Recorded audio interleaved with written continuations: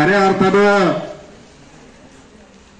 तालुका अध्यक्ष, सरचिटणीस, उपाध्यक्ष, कार्याध्यक्ष यांचा सत्कार करण्यासाठी आपण या ठिकाणी कार्यक्रम आयोजित केलेला आहे. ही 4 जण आहेत, हे अतिशय चांगल्या पद्धतीचं काम करत असताना आपल्याला सांगता येईल. मी बघितलं पुरंदरचा अध्यक्ष म्हणून पुंजीर काम करत आहे. वेळोवेळी पुरंदर उपसाच्या अधिकाऱ्याला फोन करून पुरंदरमध्ये पाणी सोडावा म्हणून सतत हा व्यक्ती प्रयत्न करत असताना मला बऱ्याच वेळा दिसून आलेला आहे.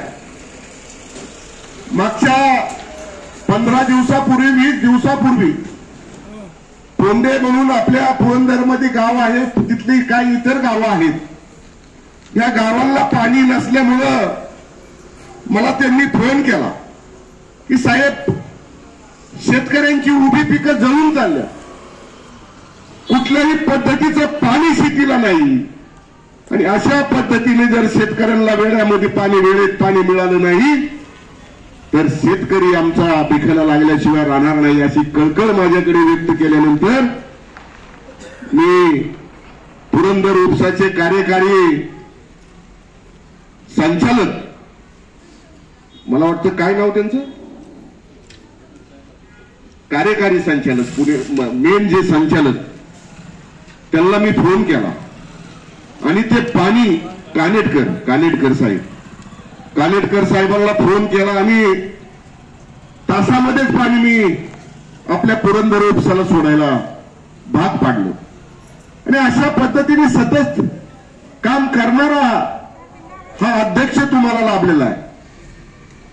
भविष्यामध्ये तुमचा कुठला डीपीचा प्रॉब्लेम असू द्या किंवा पाण्याचा प्रॉब्लेम असू द्या, तुम्ही रयत शेतकरी संघटनेच्या कुठल्याही पदाधिकाऱ्याकडे जा, तो तुमचं काम केल्याशिवाय राहणार नाही.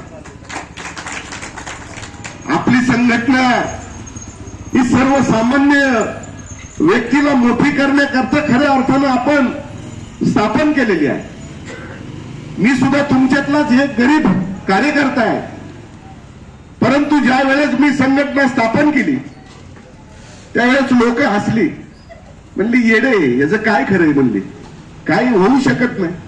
बरं, लोक अतिशय विचित्र असतात, पुढे जर जायला लागला तर त्याला कसा वाढायचा हे लोकांकडनं घेण्यासारखे. आज आपल्या संघटनेचे महाराष्ट्रामध्ये जवळजवळ महिला, युवा, फादर असे 100 जिल्हाध्यक्ष काम करतात आणि जवळजवळ 1000 तालुका अध्यक्ष आपल्या महाराष्ट्रामध्ये काम करतात. संघटनेच्या ताब्यामध्ये माझ्या मते 185 ग्रामपंचायत ताब्यात आहे आणि 200 सोसायट्या आज संघटनेच्या ताब्यामध्ये आहे. सरपंच 5 आहेत संघटनेचे. येणाऱ्या विधानसभेला संघटनेच्या माध्यमातून मी जवळजवळ 70-80 उमेदवार आमदारकीला उभे करतो. का उभं करतोय? कारण आपली जर लोक त्या ठिकाणी गेली तर शेतकऱ्याची बाजू ती त्या ठिकाणी मांडणार आहे. आपण इकडं नुसतं अध्यक्ष उपाध्यक्ष करून चालणार नाही.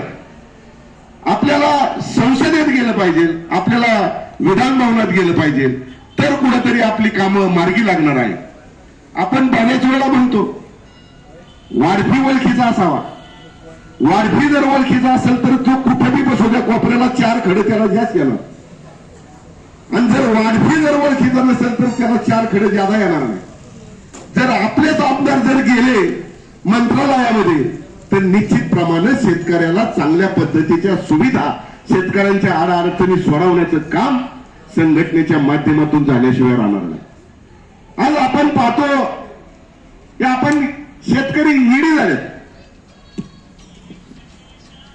पुढाऱ्याच्या पाठीमागे पळायला लागले लोक.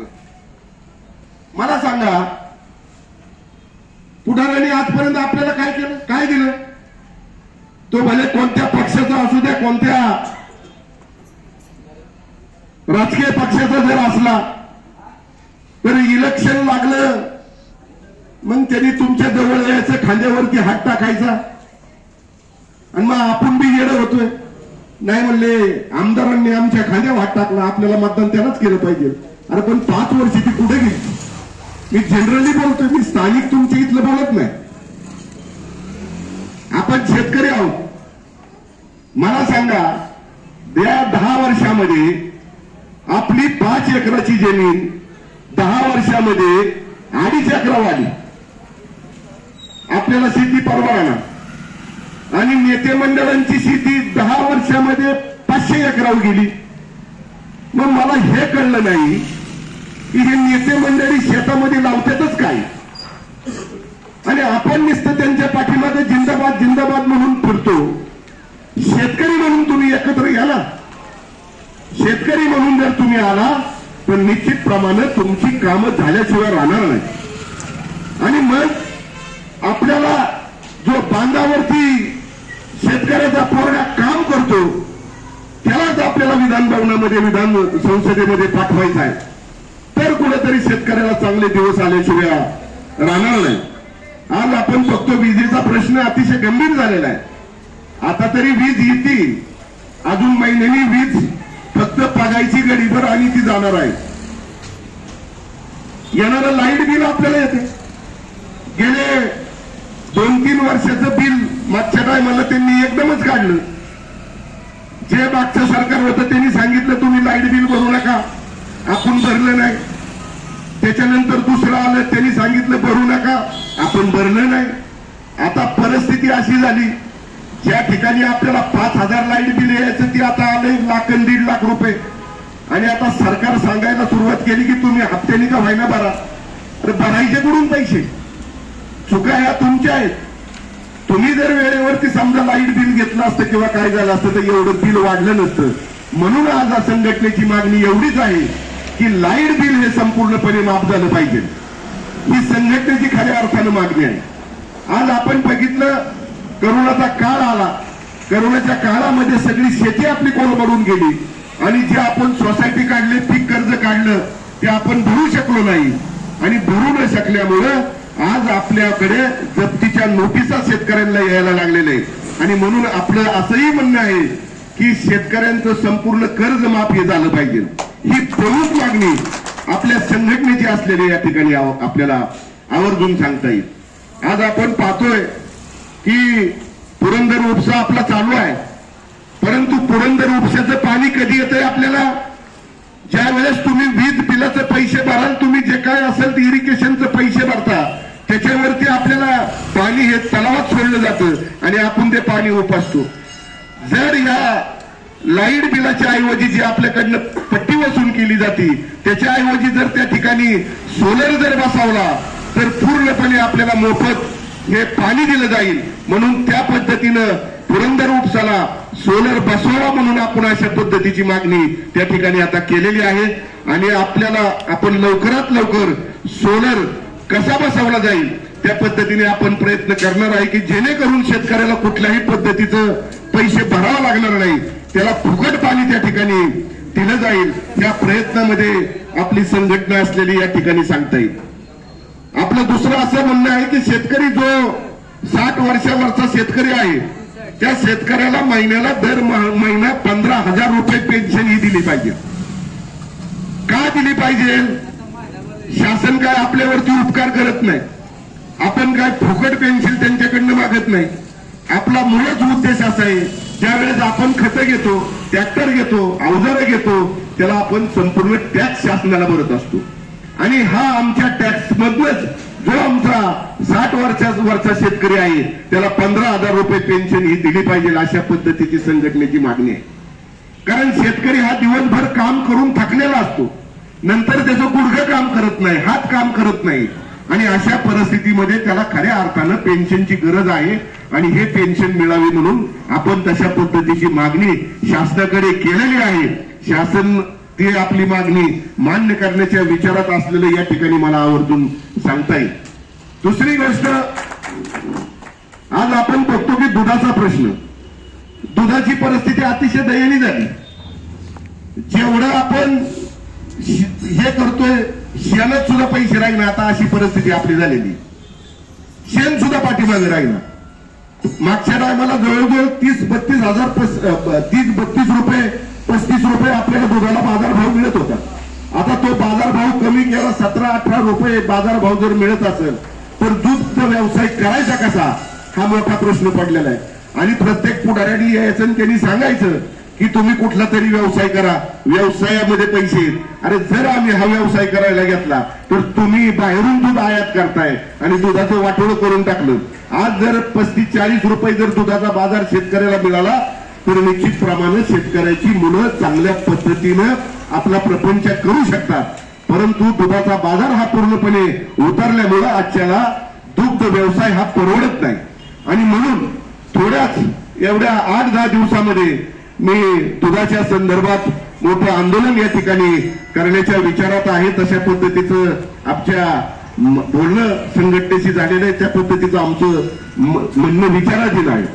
आज मगाशी हेमंतराव चौधरींनी सांगितलं की यशवंत सहकारी साखर कारखाना, हा यशवंत सहकारी साखर कारखाना याला 250 एकर जमीन आहे. आणि आज ती जर जमीन बघितलं तर ती कोट्यवधी रुपयाची जमीन आहे. आणि मग ही जमीन गिळंकृत करण्यासाठी महाराष्ट्रातले 2-3 नेते टाकलेले होते. यांना हे कारखाना चालू करायचाच नव्हता. कारखान्याचं कर्ज किती, 40 लाख रुपये. थकून थकून ते 2.5 कोटीवरती गेलं. आणि मग कुठेतरी हा कारखाना लिक्विडेशन मध्ये काढायचा, हा कारखाना ताब्यात घ्यायचा, त्याची जमीन ताब्यात घ्यायची, हे सगळं ही पुढाऱ्यांचं षडयंत्र चाललं होतं. परंतु आपल्या संघटनेच्या माध्यमातून त्यामध्ये लक्ष घातलं. आपल्या पुणे जिल्ह्याचे अध्यक्ष रामदास कोतवाल, हेमंत चौधरी असतील, आपल्या महिला अध्यक्ष गव्हाणे असतील, त्यांनी सतत पाठपुरावा केला. आणि पाठपुरावा केल्यानंतर आपल्याला 2-3 नेते मंडळींनी त्यामध्ये सहकार्य केलं. साखर आयुक्तांनीच बी सहकार्य केलं. आणि तो ह्यांच्या तोंडातून तो कारखाना आपण ओढून काढलाय. आज त्याचं इलेक्शन आपण लावलेलं आहे. ही संघटना काम करते, हे संघटनेचं काम चाललेलं आहे. आज ते जर इलेक्शन झालं तर आज सगळा कारखाना शेतकऱ्यांच्या मालकीचा झाल्याशिवाय राहणार नाही. औरंगाबाद मध्ये देवगिरी सहकारी साखर कारखाना आहे. तोही असाच पुढाऱ्यांनी दाबायचं चालवलेलं होतं. परंतु तो साखर कारखाना तिथलं 12 कोटी रुपये शेतकऱ्यांचं पेमेंट आपण त्या ठिकाणी द्यायला लावलं संघटनेच्या माध्यमातून. आणि तोही कारखाना आपण संघटनेच्या आंदोलनाच्या माध्यमातून तोही कारखाना या नेते मंडळीच्या तोंडातून काढून तो कारखाना आपण चालू करणार. कसल्याही परिस्थितीमध्ये यंदा तो कारखाना आपण चालू करण्याशिवाय स्वस्त बसणार नाही, अशी परिस्थिती आपल्या संघटनेची आहे. आणि असे विविध कामं संघटना या ठिकाणी करत आहे. मांजरी बाजार समितीवरती आता मोर्चा झाला. त्या मोर्चामध्ये यांनी बाजार समितीने शेतकऱ्यांचा माल त्या ठिकाणी घेत नव्हती. ठराविक शेतकऱ्यांचाच माल त्या ठिकाणी घ्यायची, मोठ्या शेतकऱ्यांचा माल घेत नव्हती. त्या ठिकाणी आपल्या संघटनेच्या माध्यमातून आंदोलन झालं. माल का आडवं यायचं तर डायरेक्टर लोकांनी इलेक्शनला खर्च केला. आणि खर्च केला म्हणून तो खर्च कुठून काढायचा तर शेतकऱ्यांकडनं ते पैसे काढायचे, हप्ते ह्यांना लागत होते, म्हणून ह्यांनी आपला माल बंद केला. परंतु तिथेही आपल्या संघटनेच्या माध्यमातून आपण उभं राहिलो आणि संघटनेने आत्मदहनाचा इशारा दिला. जर तुम्ही 2 दिवसामध्ये जर शेतकऱ्यांचा माल जर घेतला नाही तर आम्ही त्या ठिकाणी आत्मदहन करू, अशा पद्धतीचा इशारा दिल्यानंतर सगळे आंदोलन तिथं सुटल्या. आम्हाला ईद व्हायला बंद सुद्धा त्या ठिकाणी आलं. सगळी पोलीस, सगळा गोंधळ. आणि मग त्या सगळ्या मागण्या मान्य झाल्या आपल्या. आज त्या ठिकाणी संघटनेने जर आंदोलन केलं नसतं तर आज आपल्या शेतकऱ्याचा माल त्या ठिकाणी गेला नसता. केवळ आंदोलनामुळे आजच्याला शेतकऱ्यांचा माल त्या बाजार समितीमध्ये जातोय. दुसरी गोष्ट, काही कारखान्यामध्ये आपण बघतोय साखर कारखान्याची परिस्थिती की काटा मारला जातो. कारखान्यावरती आपण ऊस घालतो, ऊस घालताना त्या कारखाने काटा मारतात. मग हे कुठेतरी बंद झालं पाहिजे. तशा पद्धतीची मागणी आपण शासनाकडे केलेली आहे. आता या 3-4 महिन्यापूर्वी आपण त्या ठिकाणी ऊसाला बाजारभाव चांगला मिळावा म्हणून आंदोलनं केली. बाजारभाव द्यायचे 1700-1800 रुपये बाजारभाव देत होती. परंतु तोच बाजारभाव आपल्या आंदोलनामुळे 3100-3200 रुपये आज त्यांनी बाजार जाहीर केला. म्हणजे 300-400 रुपये केवळ आपल्या शेतकरी संघटनेच्या आंदोलनामुळं आज शेतकऱ्यांना जादा मिळालेले आपल्याला सांगता येईल. कांद्याची परिस्थिती तीच आहे. कांदा आयात केला जातोय. आपल्याकडेच पहिलाच कांदा आहे, मग आयात करायची गरज काय? हे शासनाचं धोरण अतिशय चुकीच्या पद्धतीने. शेतकरी हा मारला जातोय. शेतकऱ्याच्या परपंचाचं वाटोळ करण्याचं काम सरकार करीत आहे आणि म्हणून हे कुठेतरी थांबलं पाहिजे. त्याच्यासाठी तुम्ही आम्ही एकत्रित आलो पाहिजे. सर्व शेतकऱ्यांनी एकत्रित आलं पाहिजे. तेव्हा कुठेतरी आपल्याला चांगल्या पद्धतीचे दिवस आल्याशिवाय राहणार नाही. या ठिकाणी मी काही जास्त बोलून आपला वेळ